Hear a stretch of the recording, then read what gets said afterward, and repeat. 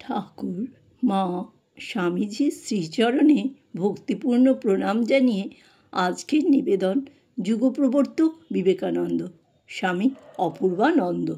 সপ্তম বর্ষ বয়সে যখন নরেন্দ্রনাথকে বিদ্যাসাগর প্রতিষ্ঠিত কলিকাতা মেট্রোপলিটন ইনস্টিটিউশনে ভর্তি করে দেওয়া হলো, তখন তিনি প্রথমে ইংরেজি পড়তে কিছুতেই রাজি হলেন না। ও বিদেশি ভাষা, ও পড়ব কেন, তার চাইতে নিজের ভাষা শিখলেই ভালো হয়, এই ছিল তার কথা। বালকের মনে বিদেশি ভাষার উপর একটা সহজাত বিরাগ ও অশ্রদ্ধার কারণ কী ছিল তা বলা কঠিন। অনেক বলা কওয়া সত্ত্বেও তাকে ইংরেজি পড়তে রাজি করা সম্ভব হয়নি। এভাবে চলছিল কয়েক মাস। পরে যখন তার মনের পরিবর্তন হলো, তখন তিনি খুব উৎসাহে ইংরেজি পড়তে লাগলেন। শোনা যায় তার মাতার নিকটেই তিনি প্রথম ইংরেজি বর্ণমালা পড়েন। নরেন্দ্রের দুর্দমনীয় শক্তির বিকাশ শুধু স্কুলের পাঠ্যপুস্তকগুলির মধ্যেই সীমাবদ্ধ ছিল না। তার চাঞ্চল্য, অস্থিরতা, দুরন্তপনা ও বহুমুখী প্রতিভা শিক্ষক ও সহপাঠীদের বিশেষ বিব্রত করত। তার স্মৃতিশক্তি এত তীক্ষ্ণ ছিল যে বিদ্যালয়ের পাঠ আয়ত্ত করতে খুব অল্প সময়ই লাগত। বাকি সময় কি করে কাটাবেন তাই ছিল সমস্যা।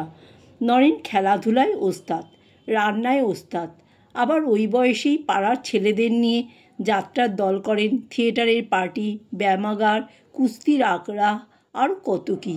তার ভিতর এত শক্তি ছিল যে তার রাখবার স্থান যেন পেতেন না।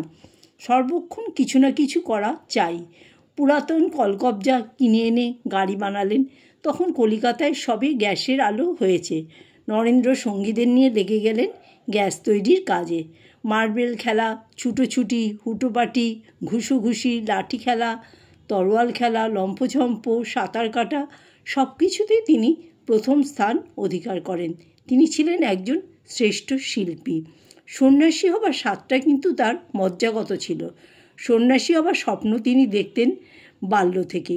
গর্ব ভরে বলতেন বন্ধুদের, আমার ঠাকুরদা সন্ন্যাসী ছিলেন, জানিস আমি সন্ন্যাসী হব। আমার হাতে সন্ন্যাসী হবার বড় রেখা আছে। এক সাধুকে হাত দেখিয়েছিল। তিনি বলেছেন। বন্ধুরা অবাক হয়ে শুনত নরেন্দ্রের সন্ন্যাসী হবার কাহিনী। তার ভিতর সন্ন্যাসীর রক্ত ছিল। তার দাদামশাই দুর্গাচরণ দত্ত 25 বছর বয়সে বিপুল ধন, মান, যশ সব ত্যাগ করে একমাত্র পুত্র বিশ্বনাথকে ফেলে সন্ন্যাসী হন। নরেন্দ্রনাথ দেখতে অনেকাংশে পিতামহের মতো ছিলেন, তাই আত্মীয় পরিজনবর্গ ভাবতেন যে দুর্গাচরণই দেহান্তে এই নরেন্দ্ররূপে জন্মেছেন। তার ছেলেবেলার ডানপিটেমি ও দুর্দান্ত সাহসের আরও বহু ঘটনা আছে। ওসব নিত্যকার ঘটনা। তাই তো তিনি যখন আমেরিকা থেকে বিশ্ববিজয়ী হয়ে ফিরে এসেছেন, তখন রহস্য করে শিষ্যদের বলতেন, ছেলেবেলায় আমি বড় ডানপিটে ছিলাম, তা না হলে কি আর অমনি করে দুনিয়াটা ঘুরে আসতে পারতুম রে। তার অন্তরে যে বিরাট পুরুষ বাস করতেন, তারই সক্রিয় শক্তির প্রভাবে নরেন্দ্রনাথ বাল্য থেকেই ছিলেন মহা ওজস্বী এবং ওই শক্তির আত্মপ্রকাশ করত বহু রূপে। শুধু ধ্যান লোকের ঋষি নয়, বুদ্ধ, শঙ্কর, নেপোলিয়ান, বাল্মীকি, ব্যাস প্রভৃতি মহান আত্মাগুলি যেন জন্ম নিয়েছিলেন নরেন্দ্রনাথের মধ্যে। তাই তার ভিতর বিকশিত হয়েছিল বিপুল আধ্যাত্মিক শক্তি।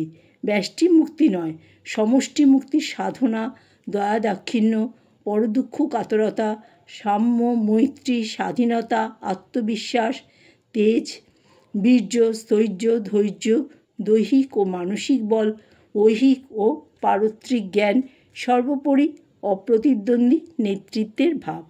ধর্ম, সমাজ ও রাষ্ট্রে পরবর্তীকালে তিনি যে বিশ্ববিপ্লবী আলোড়নের সৃষ্টি করেছিলেন, তা মুকুলিত দেখতে পাওয়া যায় তার বাল্য জীবনে। ছেলেবেলার ছোট বড় শত ঘটনা ও কার্যের সমষ্টিস্বরূপ ছিলেন ভাবী বিবেকানন্দ। স্কুলের পড়া তৈরি করতে তার বেশি সময়ের প্রয়োজন হতো না। বাকি সময়ে তিনি বয়স অনুসারে নানা বিষয়ের পুস্তক অধ্যয়ন করে তার জ্ঞানভাণ্ডারকে করতেন সমৃদ্ধ। সাহিত্য ইতিহাসের উপর তার বিশেষ ঝোঁক ছিল। পরীক্ষা 2-3 মাস পূর্ব হতে তিনি ঠিক প্রস্তুত হতেন পরীক্ষার জন্য।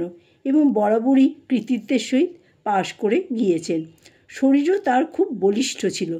তিনি বয়োবৃদ্ধির সঙ্গে সঙ্গে জিমন্যাস্টিক, মুগুর ভাজা, অসি চালনা, ডন কসরত, কুস্তি, লাঠি খেলা, ফুটবল, সন্তরণ ও অশ্বচালনার বিশেষ পারদর্শী হয়ে উঠেছিলেন।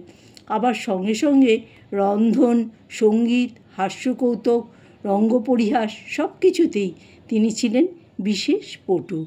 বিশ্বনাথ দত্ত পুত্রের পরিপূর্ণ জীবন বিকাশে নানাভাবে সাহায্য করতেন। জয় ঠাকুর, জয় মা, জয় স্বামীজি।